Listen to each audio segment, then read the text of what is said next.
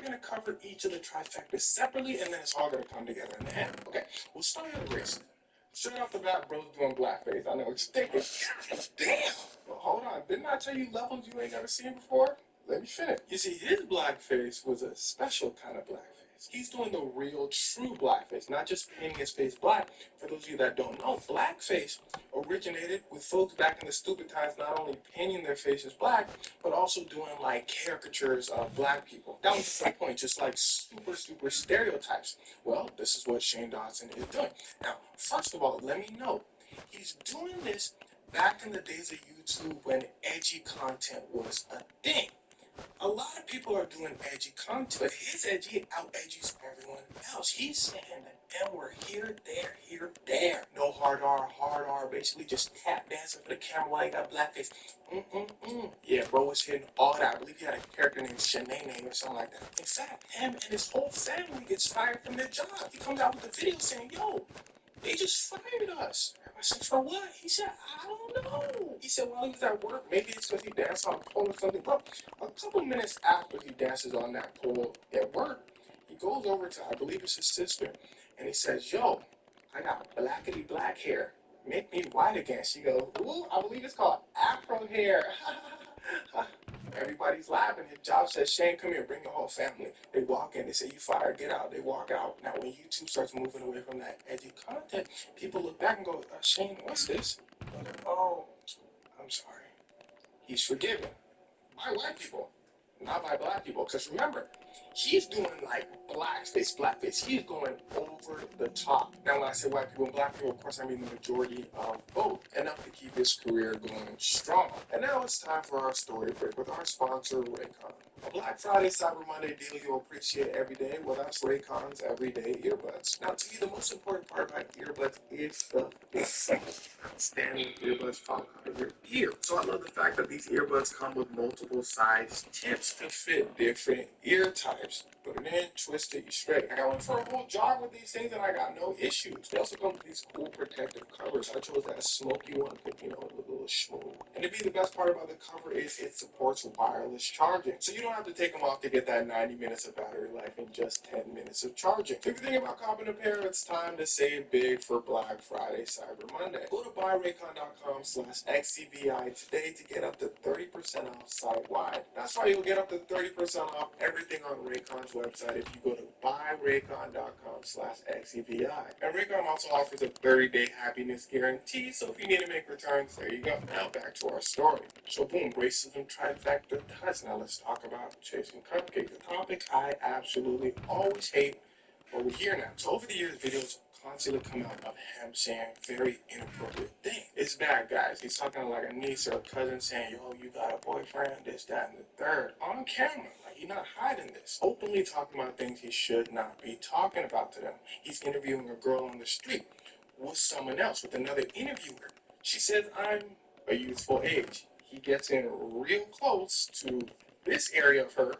Discover top-rated appliances, electronics, mattresses, and furniture at Queen City Home Store. Proudly serving the Carolinas for over 70 years. Experience the difference with the absolute best customer service and deals possible.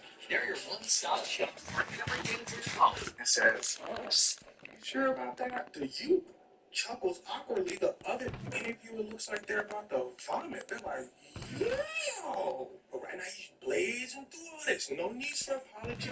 Yeah, he going. Now there's a bunch more videos sliding out just a little bit. He's just talking a little weird to the youth. Then the one where he's saying all that weird stuff to his niece, that one catches fire. So people are like, yo, oh, you gotta address all these, Shane. He says, my bad. It was, all right, Shane, we forgive you. In fact, he doesn't even say my bad for this apology. He's like yelling. He's like, I'm not a weirdo. I'm not a cupcake chaser.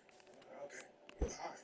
Moving on. And that should tell you the power Shane had around this time. His apology could be complete trash, just saying, that's not me. And people just nod their head and be like, all right, cool. In fact, in his comments on those videos, it's overwhelmingly positive. Usually for apology videos, they get flamed, massive dislikes and all that. His terrible apology videos, you get people saying, yo, I think you really learned your lesson this time by the way he yelling at me. I feel it. I'm going to take a quick pause at Cupcake Jason and go on to seem to be a terrible person. Trust me, we gotta come back to cupcake chasing. I seen him to be a terrible person. He's Oh, I'm gonna slime him out. Him and his teammate, everyone. I'm gonna slime out most of these people. This movie, it's pretty bad and it's pretty offensive. People are like, this sucks, and it's pretty mean, but we still like it, Shane. A TV series comes out after Shane's movie. Okay, listen to this. Shane made this movie as a part of a TV series producing it. So this TV series had a contest. They took two creators, Shane being one of them, and someone else, and they said, make these movies, we'll produce them, put it out to the world. That's how Shane made the movie. Terrible. So the TV series comes out, and they say Shane sucks. The whole TV series is just Shane basically cussing people out. But it's like weird. It's one of those cuss outs where he's just like, y'all don't understand the vision. You don't see what I'm trying to do here. See, remember, this wasn't supposed to be his movie. He was creating this as like a contest, right? So they gave him a script. He gets a script and said, this ain't the script. We're doing it my way. They said, okay, I guess you can do that. He writes a whole new script, gives it to them, and they say, Shane, this is not good. Shane says, well, which parts do you want me to change? He said, shut up. I'm not changing any of it. And by far the most famous part of the TV series is when someone's telling Shane, you said you're not going to change any of these terribly offensive things that you're going to do in the movie. But this part where this homeless man is eating stuff that comes out of your body when you use the bathroom, that's okay. Shane said, no. This is my vision. That has to be in the movie. She says, Shane, actors have dropped out. People are dropping out of your production. He says, if they don't want to be in a Shane Dawson movie, that's their loss, isn't it? Make the homeless man eat. For the cameras, I don't think he's really doing it. One of the people associated with this film, who's a decently famous actor, Zach, I forgot his last name, says he forcibly removed his name out of Shane Dawson's movie. He said it was so offensive, he just doesn't believe it should have had a budget. It's just terrible. So what does Shane have to say about all of this? Shane says, first of all, Zach was just being mean to me. I don't know why he was being mean to me. Second of all, I don't know why folk didn't like the movie. I thought it was pretty good. This is Shane. What about the part when he was just yelling at everybody in the TV series, just trying to help you? He said, it's show business, baby. And also, they all wrong for that. I ain't do nothing wrong. As you can imagine, Shane's fans were like, yo, bro, come down with one bad movie. They're not going to give him another chance. Come on. But see, the movie wasn't the problem. Well, it was part of the problem. The bigger problem was him behind the scenes. He was so rude that he was just blacklisted. Nobody wanted to work with him. All right, now that we've hit the trifecta, let's see how this all comes together to lead to his downfall. Now, Shane Dawson finds himself in the middle of a beauty YouTuber drama, which we're not going to get into because that would be a 40-minute video on its own. Beauty YouTubers are huge and they have massive fan bases. So everyone in this drama is getting looked at by a microscope. Basically, beauty YouTubers fans are looking into Shane Dawson and everyone involved in this drama's past so they can put them on blast. We talked about Shane Dawson's past, so he has a lot to be highlighted. They highlight it. People are like, what is this? His past controversies come out to the world stage, to a whole new audience. And remember, his is an extra layer of stuff. The racism, the chasing cupcakes, the overall just being trash, another level. So people are like, yo, Shane, what's going on?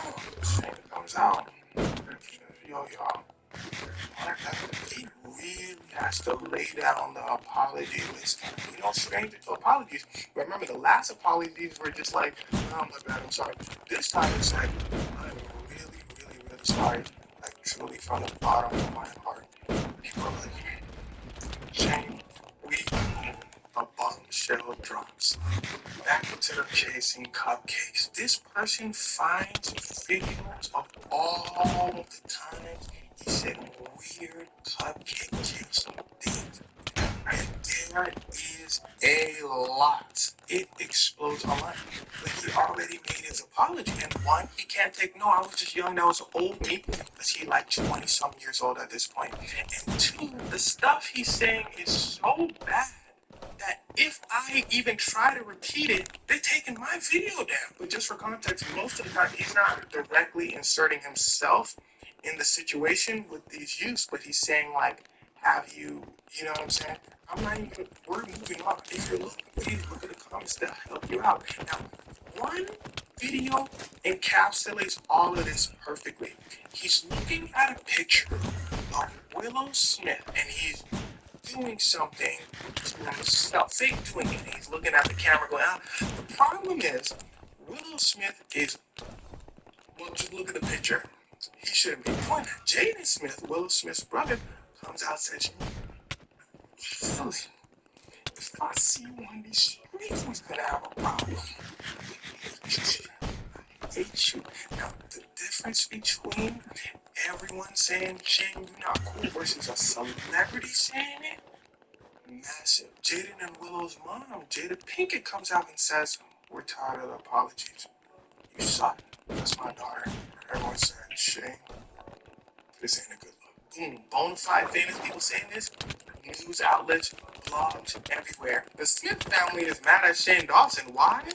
Because Shane Dawson chases cupcakes. It's bad. Now hold on. You bonus for him. He touched racism. He touched chasing cupcakes. He touched being a mean person. He adds a foreplay. Shane mixes it up and adds animals to the mix. At one point, bro was saying proudly on his podcast, yo man, I had this cat. Wherever you think the story's going, it's worse. He said, then I laid the cat down.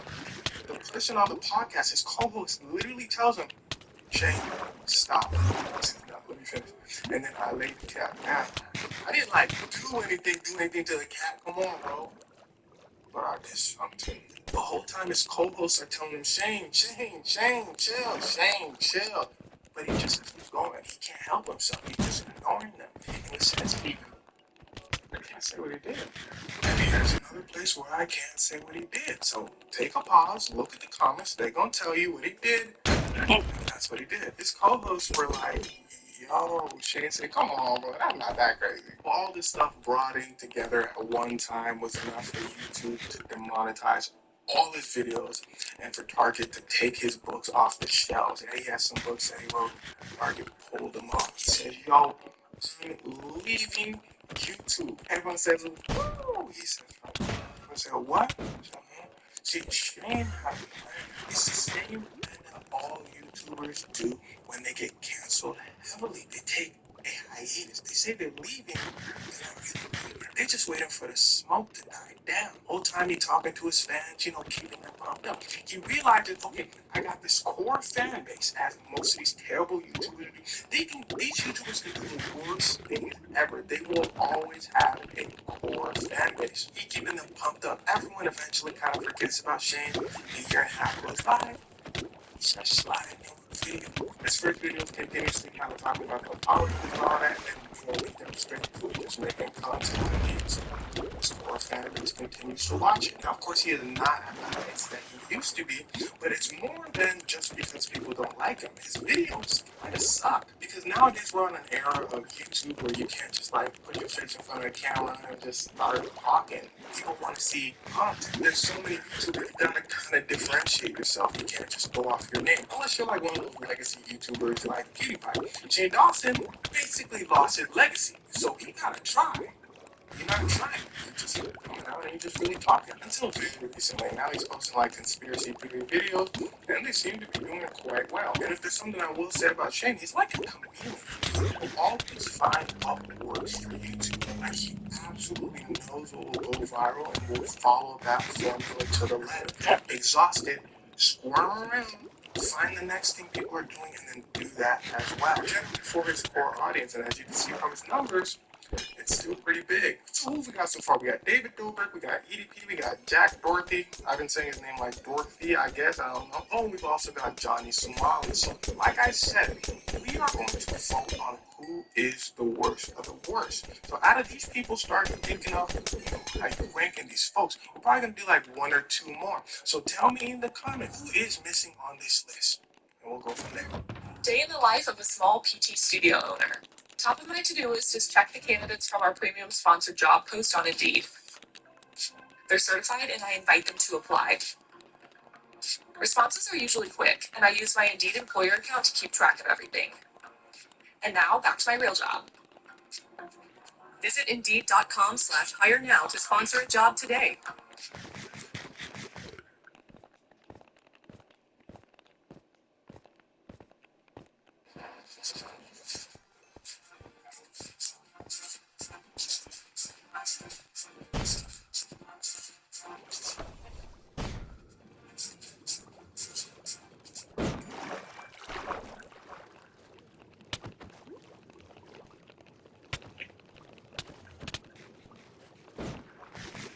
Cool, so we continue our series on the worst YouTubers in existence, like the weirdos, which brings us to Onision, who listen closely now. So is a criminal. Why is he a criminal? You ask, well, let me explain. So for those of you that don't know, Onision was this huge YouTuber back in the day who had a primarily younger audience. That's important. Now, the content Onision made was like weird, edgy humor. But see, Onision had a problem. He didn't understand what I like to call the weirdo YouTuber principle. Yes, I just made that up. See, the closer you get to strange, like edgy type humor, chances are the younger your audience is going to be.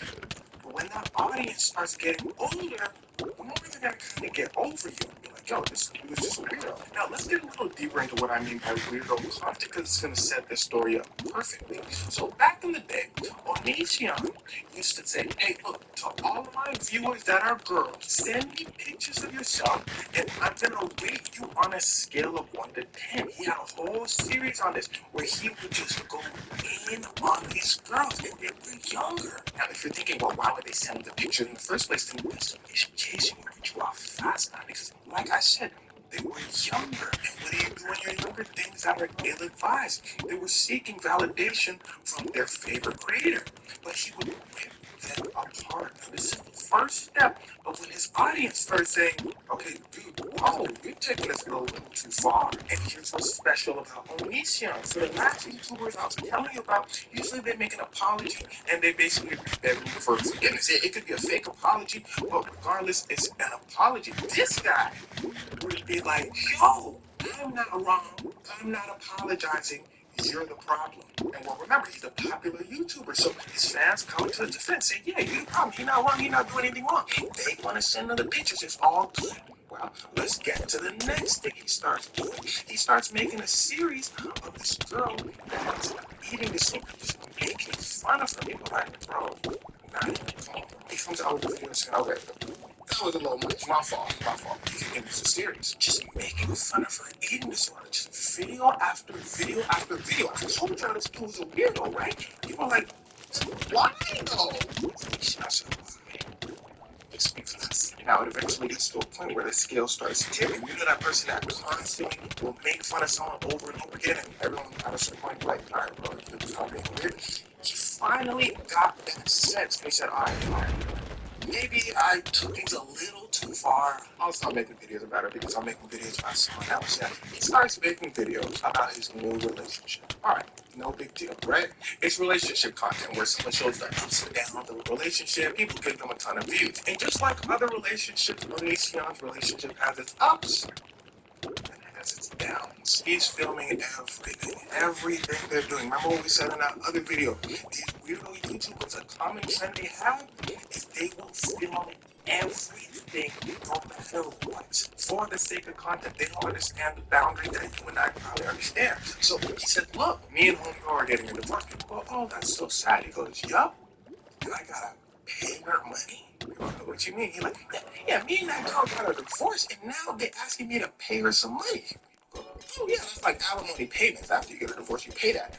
He goes, no, it's called slavery. Yeah, so Onision goes off on his ex, who was his ex-wife, saying the court's ordering him to give her monetary value because of their divorce is basically slavery. Now, here's the thing. There's a reason why these laws are set up in the first place, and Onision is a perfect example. See, his wife was a nurse, and he was doing YouTube. He was doing very well on YouTube, so he tells her to quit her job. She could have been at this point that she's married to him at a certain place in her job. You know what I mean? Like she's starting out as a nurse. She's married to him for like a few years. At a certain point, she can be like in a higher position. But she quit. to support him through YouTube. So they're saying at all of that time, she lost a lot of money. So Onision, you gotta pay her what's due. But again, his audience is mostly younger, so they're not understanding these concepts. They're just taking his word for it. She comes back to get her stuff. Onision filming the whole thing. She's taking stuff from my crib. She like, this is my stuff. She's taking stuff from my crib. But this seemed to be the end of the drama with his first wife, for now. Because he needs to move on to more drama with his next relationship that, again, he keeps making videos about. And this is when Onision starts showing his presence. One, that he's willing to film anything for content. And two, that he keeps his cupcakes. If you don't know what that means, you look in the comments. Now, how does he get access to the cupcakes? Well, remember I told you his audience is primarily very young. So they hit him up, and while he's completely okay with his position of power over them, gets in a relationship. Now, one of these girls hits him up, says, I rock with your content and all that. He gets in a relationship with her, starts filming content. Now, it's all well and good until homegirl has a seizure. Remember, I told you he starts showing his app. He films a situation saying, OMG, my GF forgot all about me. Well, that's because she had such a hardened procedure that she had bro, setting up the camera, going over like, yo, you good? She's just like shaking and all that. He posts the video thinking it's gonna be numbers. People in the comments are like, yo, why did you call the police? He's like, I did call the police after I finished filming. I'm like, bro, you gotta call the police immediately. He said, alright. So it don't matter anyway, because we're not in a relationship anymore. I'm moving on to my third relationship. And then people start getting even more annoyed. His audience is getting older. They're starting to realize, yo, okay, this dude is kind of weird. He's going from girl to girl to girl, filming everything. Oh, and this next girl, she looks young as hell. Now, I lost track of how many relationships he had for content. So we're going to skip over Eee. that guy. See, this young guy's in a relationship with someone named Kai, who's about to turn into his husband. Now, Kai and Onision express that they're cool with inviting other people into the relationship. Right? Now, by the way, when I say Kai and Onision are in a relationship, they're in a relationship for like a really long time. Like, Onision's viewers really know Kai. Kai is like in the gang. Kai is a huge part of Onision's content. Now, here where it starts to get wicked. Enter Sarah. Sarah, like usual, is a fan of Onision's content. She is smart. Says, yo, huge fan. Kai begins to talk to Sarah. Now, it's like Sarah's first year of high school. She expresses how she has a really tough home life with Kai. She confides in him. Sarah and Kai end up being really, really close. So close that one day, Sarah says, look, my home life is really, really bad now.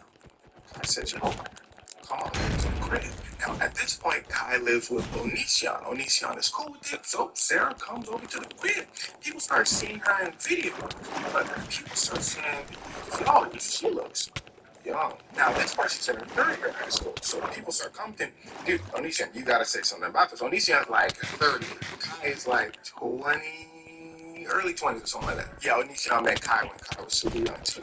So Onision has to address this. It's getting too much at this point for his family. So Onision rages out. And so secretly begins to show his ass. He starts saying, what? Y'all are the weirdos, not me. He said, bro, Sarah, homegirl, she just stay here. We ain't do nothing. She just stay here. He said that while I'm on the topic, y'all keep saying I chase cupcakes. And this is what he actually says next. He says, when's the last time y'all see me chase a cupcake? He said, yeah, they were technically cupcakes, but I'm 31 now. I'm a grown adult. Last time I did that, I was like 27. Stop playing. Sarah, she good. We looking out for her. Ain't that right, Kai? I said, head. I gotta take these guys out. Build this crossbow tower as fast as possible. I don't even think I have a choice. Quickly. Ooh, that was close, but that should take care of things. Wait, never mind. More guys. I should have saw that coming. Anyway, we can't handle this without a second. Oh my god, this is so stressful. Sarah comes out saying, I'm not really good. Now, this is years later. She 18 at this point. Remember that trend?